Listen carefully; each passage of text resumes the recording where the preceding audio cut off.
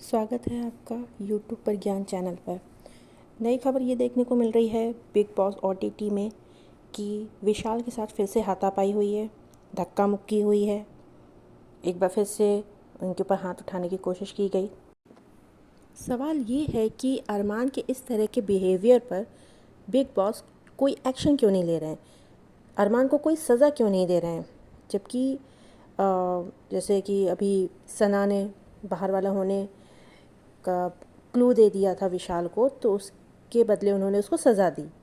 जब लवकेश था बाहर वाला और ये बात शक हुआ था, कंफर्म नहीं था, लेकिन फिर भी बिग बॉस ने उसको बहुत कड़ी सज़ा दी, जिसको उसने अकेले नहीं भोगा बल्कि उसके साथ विशाल और शिवानी को भी लग के और सना मकबूल को भी उसका साथ देना पड़ा उस सज़ा में, उस सज़ा को भोगने में, क्योंकि ये पता चल गया था कि वो बाहर वाला है। जबकि ये कंफर्मेशन नहीं दिखाया गया था, सिर्फ एक शक दिखाया गया था कि विशाल को उसके ऊपर शक हो गया है।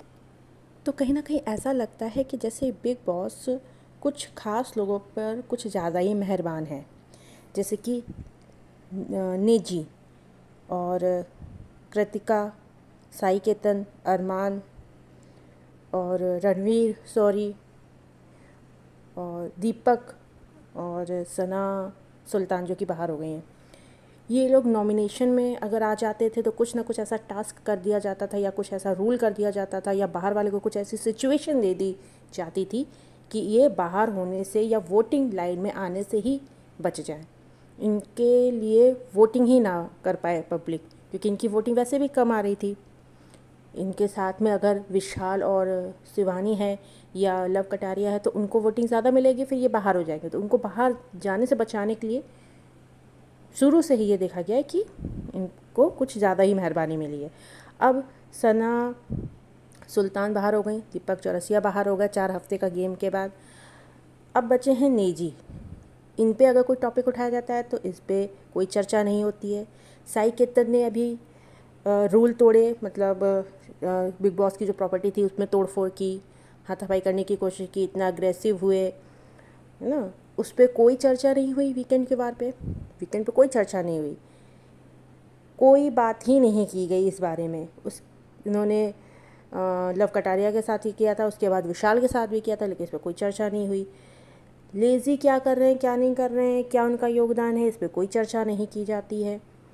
अरमान कुछ करते हैं, जैसे विशाल के साथ जो कांड हुआ था अरमान का के पे उनको थप्पड़ मारा था, तो उसको स्पेशल केस दिखा दिया गया कि ये स्पेशल केस है ना। तो ऐसा लगता है कि जैसे 2 गुटों में बांट दिया गया है। 2 गुट तो दिख ही रहे हैं साफ साफ, लेकिन ये पहले गुटबाजी नहीं थी। ये एक आपको शायद ध्यान हो कि एक बिग बॉस ने एक अनाउंस किया, वीकेंड का वार था जब, तब यह भी हुआ था कि आप लोग ग्रुप में खेलिए, ग्रुप में, इसके लिए उत्साहित किया गया था कि ग्रुप में खेलिए। और जब से ये ग्रुप में खेलने लगे तो 2 ग्रुप बढ़ गए, जिसमें पहले ग्रुप में है जिसका साथ नहीं दिया जाता है, तो उसमें है विशाल, लवकेश, शिवानी और सना मकबूल। और दूसरा ग्रुप जो है उसमें है रणवीर शौरी, साई केतन, कृतिका और अरमान मलिक। और जो नेजी हैं वो बीच में, इन दोनों ग्रुपों में पुल का काम करते हैं, वो बीच में, वो दोनों तरफ घूमते हैं। तो अब इस ग्रुप में जो विशाल वाला ग्रुप है, जो लवकेश वाला ग्रुप है, इसमें अगर कोई भी व्यक्ति गलती करता है तो उसके लिए सज़ा होती है, उसके लिए स्पेशल केस होता है, उसके लिए अलग से चीज़ें डिसाइडेड रहती हैं। लेकिन अगर अरमान वाले ग्रुप की बात की जाए, जिसमें साई केतन ने जैसे कोई भी कुछ कांड किया, अरमान ने जो कांड किया, या रणवीर ने भी जैसे कि सना मकबूल के लिए कुछ चीज़ें बोली थी जो कि सना के पीठ पीछे बोली गई, उसके बारे में भी वीकेंड पे कोई बात नहीं की गई कि आप उसके लिए ऐसे कैसे कह सकते हैं। आपको उससे प्रॉब्लम है तो आप उसके मुंह पे कहिए, वो तो खुद कहती है सामने से कि आपको मुझसे प्रॉब्लम है, आप मुझसे आके कहिए डायरेक्ट, किसी और से मत कीजिए, मेरे पीठ पीछे मत कीजिए। लेकिन ये चीज़ें नहीं हुई। तो बिग बॉस एक ग्रुप का साथ दे रहे हैं, कुछ ज़्यादा ही बढ़ावा दे रहे हैं। तो ये चीज़ें क्यों हो रही है, आखिर क्यों बिग बॉस कोई सज़ा नहीं दे रहे हैं। अरमान जब हेड ऑफ़ द हाउस थे तो कई बार सोते हुए नज़र आए हैं लाइव में, लेकिन उस पर भी कोई सज़ा नहीं दी गई उनको।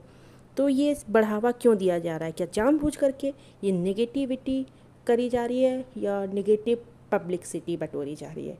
आप लोग का इस बारे में क्या राय है, कृपया कमेंट करके मुझे बताएं।